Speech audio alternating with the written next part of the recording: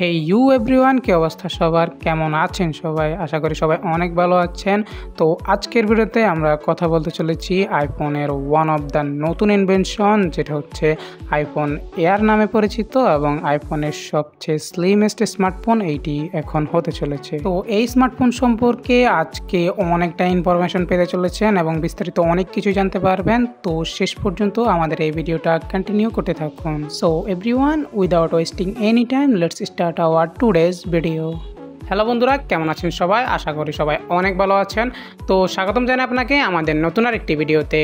আর হ্যাঁ, আপনি এই ভিডিওটা শেষ পর্যন্ত কন্টিনিউ করতে থাকুন, আপনার অনেকটা ইনফরমেশন পেতে পারবেন, অনেকটাই উপকারে আসবে। তো এই ভিডিওটা শেষ পর্যন্ত কন্টিনিউ করতে থাকবেন এবং আমি আছি আপনাদের সাথে ইমাম হোসেন সাব্বির, আর আপনারা দেখছেন জনবীর। স্মার্টফোনটির বক্স কন্টেন্টের কথা বলতে গেলে বক্সটা অনেকটা স্লিম করা হয়েছে। তো বক্সটা যদি আমরা ওপেন করতে যাই তাহলে আমরা বক্সটা সচরাচর আইফোনের বক্স যেরকম ওপেন করি ওইভাবে ওপেন করি, অনেকটা প্রিমিয়াম ফিল পাওয়া যায়। আর স্মার্টফোনটি দেখতে পাচ্ছেন, উফ কি একটা লুক স্মার্টফোনের, খুবই প্রিমিয়াম দেখাচ্ছে স্মার্টফোনটি।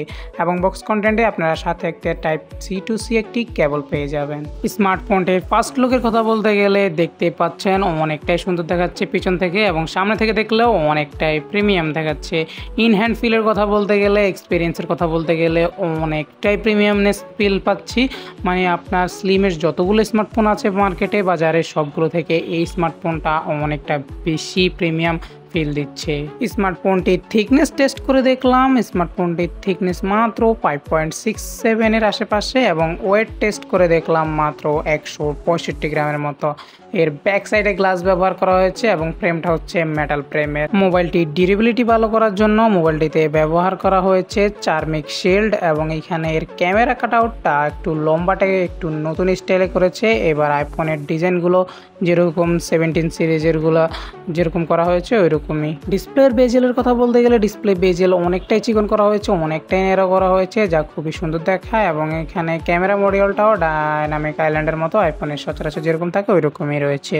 বাই দ্য ওয়ে, ডিসপ্লে হচ্ছে 6.5 ইঞ্চের LTPO super retina XDR OLED display, এবং এতে রয়েছে 120 হার্টজের রিফ্রেশ রেট, এবং পারফরমেন্স আপনারা দেখতে পাচ্ছেন অনেকটাই বেটার। মোবাইলটিতে ভিডিও প্লেব্যাক আপনি 2K 60 FPS এর সাপোর্ট পাবেন এবং HDR এর সাপোর্টও থাকছে, এবং এইটার আপনার ওয়াচ এক্সপিরিয়েন্স অনেকটাই মারাত্মক হতে চলেছে। জাস্ট শুধু একবার স্ক্রিনটার দিকে তাকান। সাথে আরও পাচ্ছেন 3000 নিটসের পিক ব্রাইটনেস, এবং এটা টিপিক্যাল পিক ব্রাইটনেস আপনি 1000 নিটস পর্যন্ত পেয়ে যাবেন। এতে করে এক্সপিরিয়েন্স আরও বেটার হবে, এবং আপনার এখানে সিরামিক শিল্ড 2 এর প্রোটেকশন থাকছে স্ক্রিনে। অবাক করা বিষয় হচ্ছে আপনি পোর্টস এবং বাটনে পাওয়ার বাটনের পাশাপাশি ক্যামেরা কন্ট্রোলের বাটনটাও পাচ্ছেন, এবং লেফট সাইডে আপনি ভলিউম বাটন এবং অ্যাকশন বাটনটা পাচ্ছেন।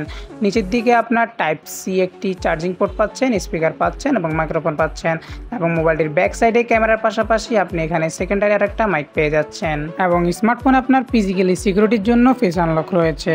ক্যামেরা সেকশনের কথা বলতে গেলে মোবাইলটির রিয়ারে রয়েছে 48 মেগাপিক্সেলের মেন ক্যামেরা, এবং এর ফ্রন্টে রয়েছে 18 মেগাপিক্সেলের selfie camera. Now let's open camera. So আমরা দেখতে পাচ্ছি মোবাইলটির ক্যামেরা ফোকাস অনেকটাই বেটার এবং স্মুথ, এবং আপনার ফটো কোয়ালিটির কথা যদি বলতে যাই তাহলে অনেকটাই বেটার, এবং এটা আমরা সবাই জানি আইফোনের ফটো কোয়ালিটি কীরকম হয়ে থাকে। স্ক্রিনে এখন আপনারা দেখতে পাচ্ছেন অনেকগুলো ফটো কোয়ালিটি স্যাম্পল, অনেকটাই বেটার রয়েছে এই ফটো কোয়ালিটির রেজাল্টগুলো, এবং এর ভিডিও কোয়ালিটি অনেকটাই বেটার। স্মার্টফোনটিতে ব্যবহার করা হয়েছে অ্যাপেলের A90 Pro চিপসেটটি, তবে A94 এই চিপসেটটির আপনার কোর হচ্ছে 6 কোর CPU এবং 5 কোর GPU, যা অ্যাপেলের A90 চিপসেটের সিমিলার। এবং এইটা আর এইটা যদি পুরো সব কিছুই সিমিলার হয় তাহলে এর নাম A90 Pro কেন দেওয়া হয়েছে তা আমি জানি না, তবে এইটা আর A90 পুরোপুরি একদম সেম, কোনো তফাৎ নেই। স্মার্টফোনটির আন্তর্জাতিক স্কোর রয়েছে 2 মিলিয়নেরও উপরে, এবং এতে আমরা গেমিং টেস্ট করে দেখেছি, আপনার এর পারফরমেন্স অনেকটাই বেটার রয়েছে। আপনি খুব ভালোভাবে এটিতে গেম প্লে করতে পারবেন, এবং এর আপনার এই সাইডের স্লিম হওয়াতে এটা আপনার ইন হ্যান্ড খুবই ভালো প্রিমিয়াম ফিল পাবেন, এবং গেম প্লেতে আপনি ভালো একটা এক্সপিরিয়েন্স পেতে চলেছেন। অ্যাপেলের ব্যাটারি নিয়ে কখনো অত বেশি কথা বলা হয় না, তবে এই স্মার্টফোনটিতে রয়েছে 3149 mAh এর ব্যাটারি, এবং এটিতে আপনি 30 ওয়াটের চার্জিং সাপোর্ট পাবেন এবং 20 ওয়াটের ওয়্যারলেস চার্জিং সাপোর্ট পাবেন এবং যা দিয়ে আপনি অনায়াসে একদিনের মতো খুব ভালোভাবে ইউজ করতে পারবেন স্মার্টফোনটি। মোবাইলটিতে আরও রয়েছে অ্যাপেলের স্পেশালি C1X মডেম এবং N1 চিপসেট। মোবাইলটি 256 জিবির ভেরিয়েন্টের স্টার্টিং প্রাইস হচ্ছে 1,20,000, যা ইন্ডিয়ান প্রাইস হিসেবে এবং বাংলাদেশি প্রাইস হিসেবে এইটার প্রাইস 1,50,000 থেকে 70,000-এর আশেপাশে হয়ে যায়। অ্যাট লাস্ট আমার ওপিনিয়ন হচ্ছে এত প্রাইস হিসেবে এরকম মোবাইলটি নেওয়া কি ঠিক হবে কি না। মোবাইলটিতে রয়েছে সিঙ্গেল স্পিকার,